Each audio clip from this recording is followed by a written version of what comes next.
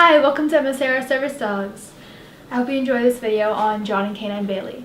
Please watch, subscribe, and like our videos. So, just tell me who you are and your service dog. I'm John Dugas. I'm a veteran, and I'm the chairman of Courageous Companions, and my service dog is Canine Bailey. That's your first dog? No, it's my second dog. Second dog. It's my second dog. Think about before you got your service dog, and now that you're on your second service dog, and that you've gone through all the testing and all the training and things, what is the one thing that you'd like the people to know that they may not know about service dogs that they should know? Before they get a dog, Yeah. it's a lot of work. You may test and certify with your dog, but the training never really stops. You're always working with the dog, training with the dog, and it's a bit of a public magnet. So if you're in public, it draws a lot of attention to you. A lot of people, I don't think, are prepared for that.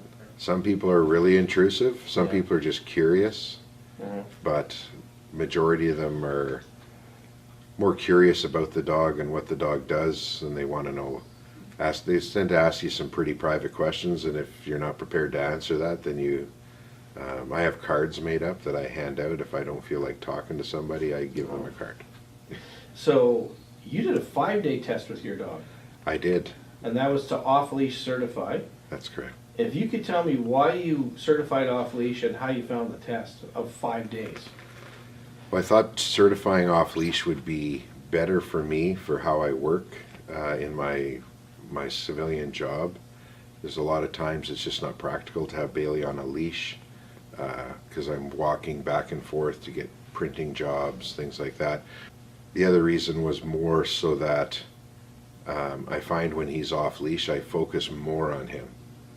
So I tend to be able to last a little longer when I'm out in public in those environments where there's lots of people, lots of things going on, whereas before I would almost be ready to implode after a while. And I find with him, I focus more on him, so I last a bit longer in those places.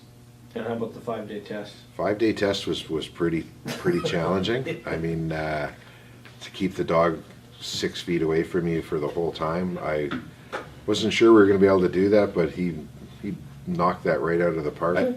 I found the hardest part of the off-leash testing was to know when to put the dog on a leash. Yeah. Because you got to know when to do that as well. Talking earlier with Sam in the car, and I was saying how I find because you can spend longer in those places, you got to really be cognizant of the dog because it gets tired too. So you got to know that at that point, that's when you want to put them on the leash and kind of give them a bit more guidance as well. So, your second dog, Bailey, was basically like put the key in and go. That's right. Because you also have you've also worked with people that do owner trainers. That's right. Obviously, it's easier to get a dog fully trained, but do you see any cons to owner training? Definitely. I think depending on where the person that's owner training, where their head spacing and timing is, to use an Army term there, they could negatively imprint that dog at the earlier stages, especially the stages where it's critical for that dog to be properly imprinted for the type of service it's going to be doing. Breeds. Oh, Which breeds do you see that work really well, and which ones do you see that cause some issues? so my first dog was a shepherd, and going from a shepherd to a golden retriever, I completely understand why that type of breed is not really suitable for this type of service work. The PTSD work. The PTSD work. If you got to always be, 5 seconds in front of your dog when it's a shepherd, and if you don't manage it properly, their protective instincts could come out really quickly if you don't manage them properly. With the retriever, with the shepherd, I found they're naturally vigilant dogs. So my first dog, Mia, would always be scanning, looking, So it gives you this feeling of being safe, and they're watching out for you, but at the same time it kind of activates you all the time. You're always wondering, what is she looking at? What did she hear? Whereas with Bailey, I find Bailey just, that breeds calmness. Yeah. So it keeps you calmer. So you guys like, we have very specific breeds we use. Are you guys doing that now too? We are. So now we're trying to limit our intakes to 4 specific breeds: Golden Retriever, Labrador, Poodle, or a combination of those 3, like a Labradoodle or a Golden Doodle. What is the easy? What has a service dog done for you? It's given me mobility, is what I like to tell people. People don't look at it that way. Mm-hmm. When they assume mobility, they assume helping you walk, things like that. But what I mean by mobility is I'm able to go out and do things that I wasn't able to do. But in the past, I could go to the store, Mm-hmm. but I'd be pretty drained after that. Or a fist fight in the parking lot? Or a fist fight in the parking lot. So yeah. So I find the dog allows me to regulate a lot better. So I do what they call self-regulation therapy, SRT therapy. And the dogs are perfect for that type of therapy because they tend to interact with you when it's time to regulate, and they help you. I guess before, if I got mad, I'd be at about an 8 out of 10, and I realize, oh, I'm mad, I got to calm down, and it's kind of too late now because you're at an 8. Whereas the dog starts interacting with you when you're at about a 2 or a 3, which allows you time to regulate yourself. So I always tell people 99% of people never ever see the dog work. With PTSD issues, a lot of times that happens when you're alone. Your brain starts wandering, you start thinking too much. But if you are in the 1 percentile when the dogs work, I have not met a single person yet that has witnessed that was not impressed, or sorry, was extremely impressed when they seen the dog work. But 99% of people never see them work. So people at your work, they see the dog and they're like, so they have pets, but are they trying to compare the dogs, or they're like, holy geez? I think a lot of them are impressed with, most people see the obedient side of the service dog. Oh yeah. And that impresses people alone at how obedient they are. But I would say the bulk of people where I work have probably seen the dog work to some degree. I think a lot of them, it's a little different with Bailey because Bailey is more disruptive and he's quiet, whereas with Mia was more of a verbal alert, so it would really let everyone in the office know when I was having an issue. So it was always I like Bailey's alert because it's more subtle. People don't really cue into it that quickly. So. And you think your family's noticed the difference? I do. Well, your wife, obviously, I guess. Yeah.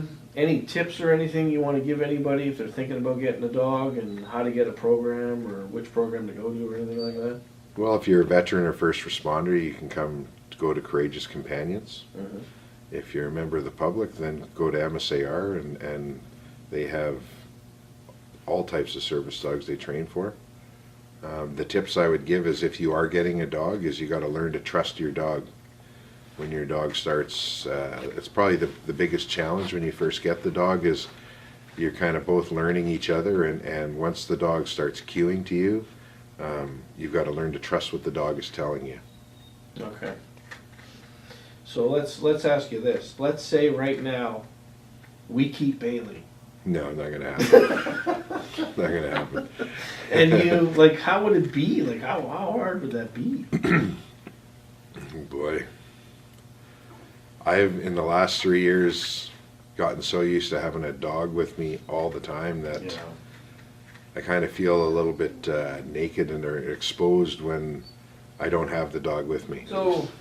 So John, you do some intake too in your program. I do. And I've been doing that for a long time, and I believe I told you at one point you'll become quite heartless if you let it happen to you too much. But talk about the intake and when people are prepared or ready to get a dog. Yeah, so a lot of people call or email looking for a dog, and they're at their rock bottom, I call it. And it's critical for them to understand that if you're at rock bottom, that's not the time for you to have a dog. You need to take care of yourself first, because if you can't take care of yourself, you can't really take care of a dog. So, you know, part of that process is making sure you're in treatment, a regular treatment. You kind of, use your term, you're kind of standing at the doorway looking out the window saying, I want to get back out in public, I want to start doing things again. If your intent is to get a dog and just stay at home, then you could probably do with a pet and accomplish the same thing to a certain degree. The difference with the dog, service dog, is it goes out in public with you, so you've got to want to go out in public. Edger. Oh, yeah. Hey, so I heard that you might become a trainer. Yeah, Yeah, you gonna try that? I'm gonna give that a try. Yeah, give that a go. Holy. Is that a dog or lion tamer? Bit of both. No, it's Jerry's in it. Yeah, Crazy Jerry. dog training.